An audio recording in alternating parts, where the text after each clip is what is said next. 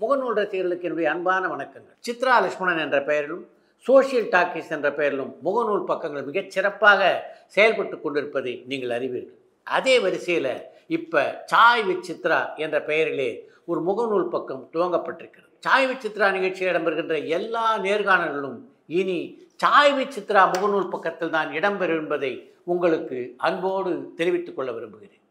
என்னுடைய மற்ற முகநூல் பக்கங்களுக்கு எப்படிப்பட்ட ஒரு ஆதரவை நீங்கள் இதுவரையிலும் தொடர்ந்து வழங்கி கொண்டிருக்கிறீர்களோ அதே மாதிரி ஒரு ஆதரவை இந்த சாய் வித் சித்ரா முகநூல் பக்கத்துக்கும் தாங்கள் அன்பு கூர்ந்து வழங்க வேண்டும் என்று உங்களை வேண்டி கேட்டுக்கொள்கிறேன். சாய் வித் சித்ரா முகநூல் பக்கத்தை தொடர்ந்து பாருங்கள்.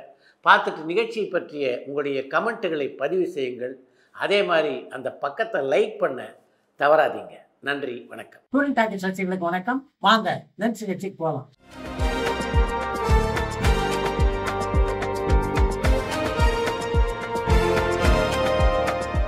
என்னம்மா முதல் கேள்வி?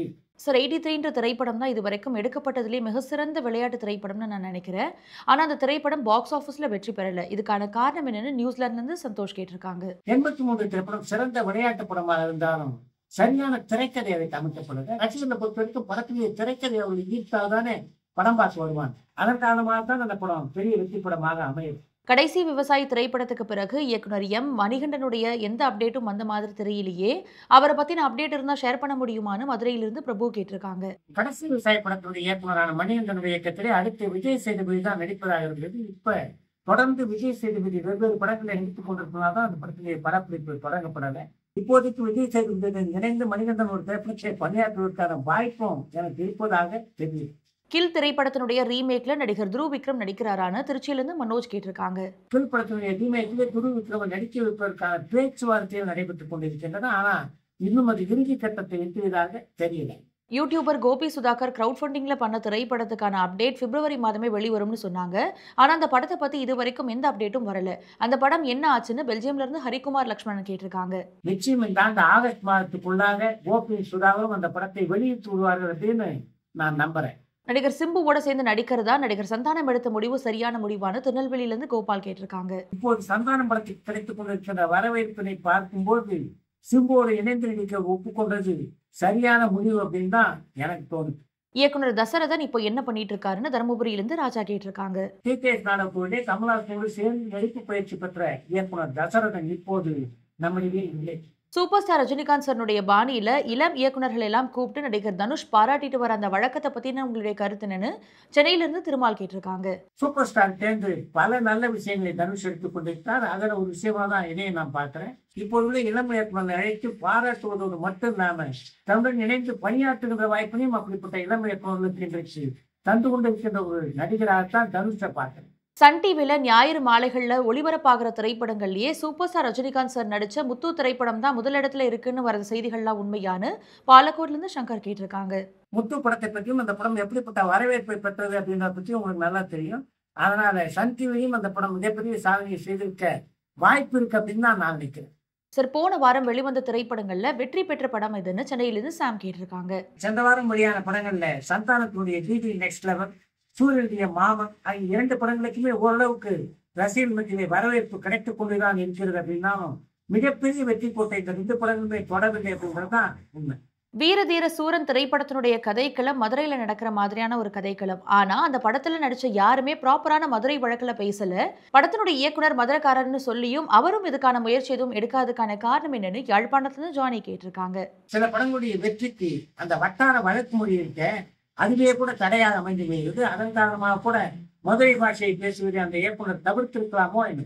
சமீபத்துல ரேஸ்ல நடந்த விபத்துல நடிகர் அஜித்துக்கு என்ன ஆச்சுன்னு சென்னையிலிருந்து சுரேந்தர் கேட்டிருக்காங்க.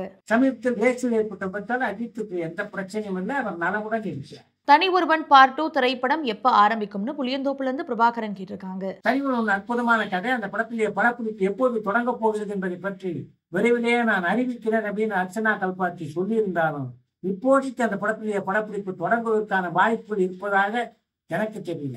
பாபநாசம் திரைப்படம் தவிர ஸ்ரீபிரியா மேம் எந்த ஒரு திரைப்படத்தையுமே தயாரிக்கலையே. இதுக்கான காரணம் என்ன? அதுக்கு மேல பட தயாரிப்புல அவங்க ஈடுபடுவாங்களான்னு நெல்லையில இருந்து ஐயப்பன் கேட்டிருக்காங்க. ஒரு காலகட்டத்திலே படங்களை இயக்குவதும் தயாரிப்பதும் ஸ்ரீபிரியாவுக்கு மிகுந்த ஆர்வம் இருந்தது.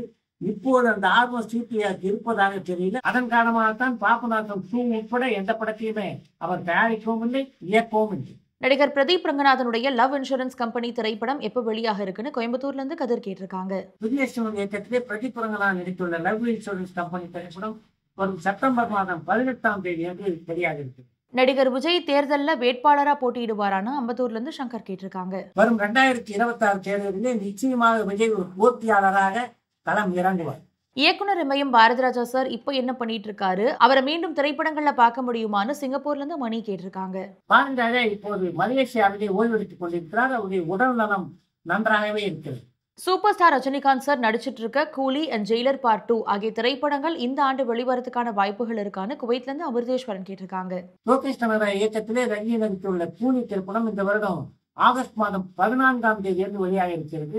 ஜெயிலர் 2 திரைப்படத்தை பொறுத்தவரை இந்த ஆண்டு அந்த படம் வெளியாவதற்கான வாய்ப்புகள் இல்லை.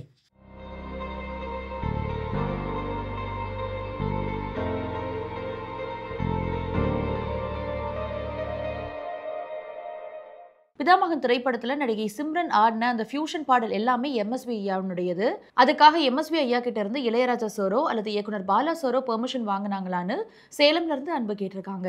பிதாமகன் படத்திலே எம்எஸ் பாடலை பாலா பயன்படுத்தினார் என்றால் அதுக்கான அனுமதி அவர் கேட்கணும். அந்த படத்துடைய தயாரிப்பாளர் கேட்கணும். இளையராஜா எதற்காக கேட்கவில்லை. அடுத்து இன்று ஒரு தகவல். மெலடி குயின் என்று இன்று வரை இசை ரசிகர்களால் போற்றப்படுகின்ற ஜானகி 1957ஆம் ஆண்டு விதியின் விளையாட்டு என்ற படத்தின் மூலம் திரையுலகிலே கால் பதித்தார். அந்த ஆண்டிலேயே 6 மொழிகளிலே பாடக்கூடிய வாய்ப்பு அவருக்கு கிடைக்கும். 1957ஆம் ஆண்டு முதல் 2016ஆம் ஆண்டு வரை ஜானகி பாடிய பாடல்களின் எண்ணிக்கையை கேட்டால் அசந்து போய் அந்த சாதனையில் இதுவரையிலே எந்த பெண் பாதையில் நிகழ்த்தவில்லை என்றுதான் சொல்ல வேண்டும். 48,000 பாடல்களை இதுவரை பாடியிருக்கிறார் ஜானகி. இந்த 48,000 பாடல்களை 20 மொழிகளிலே பாடிய பெருமை அவருக்கு மட்டுமே சொந்தமானது. 4 தேசிய விருதுகளை வென்றுள்ள ஜானகி ஆங்கிலம், ஜப்பானிய மொழி, ஜெர்மானிய மொழி மற்றும் சிங்களத்திலும் பாடல்களை பாடிய பெருமைக்குரியது. ஜானகி அதிகமான பாடல்களை பாடியதுன்னா அது கன்னட மொழியில் தான். அதை தொடர்ந்து மலையாளத்தில் மிக அதிகமான பாடல்களை பாடியிருக்கிறார். பல சாதனைகளை செய்துள்ள ஜானகிய தமிழ் சினிமா உலகத்தின் சார்பிலே நாம் இன்று வரை கொண்டாடி இருக்கிறோமா என்றால் இல்லை என்பதுதான் வருத்தத்துக்குரிய விஷயம். எந்த காலகட்டத்தில் உங்களுக்கும் தேவிகாக்கும் விரிசல் வந்தது? அதாவது வீட்டை எழுதி வாங்கி என்னை தூக்கி வெளியே போகிறப்ப தேவிகா கிட்ட நல்ல குணமே இல்லைன்னு சொல்ல வரீங்களா? அப்படியே மேலே ஆசையாக இருந்தால் என்னோட கடைசி வரைக்கும் வந்துருக்கலாம். இன்னும் அந்த வெறுப்பு ஊறி இருக்கா அவங்க பெண்ணுக்கிட்ட? 5 வயசில் என்ன சொல்லி கொடுத்தாங்களோ அதுதானே இருக்கும். உங்கள் அப்பன் குடிகாரன், பொம்பளை பொறுக்கி, பொண்ணு கேஸ் போட்டேன் மேலே. இந்த இடம் எங்கள் அம்மாவது எனக்கு சொந்தம். நான் போய் முன்னால் உட்காந்து அப்போ ஐயப்பன் ட்ரெஸ்ட் நான் தள்ளி உட்காரணும். நீங்கள் யாருங்கன்னு கேட்டேன். பரபரப்பான சினிமா செய்திகள், நட்சத்திரங்களின் பேட்டிகள், சினிமா வரலாறு ஆகியவற்றை பார்க்கவும் படிக்கவும் உங்களுக்கான இணையதளம் tourantalkies.co.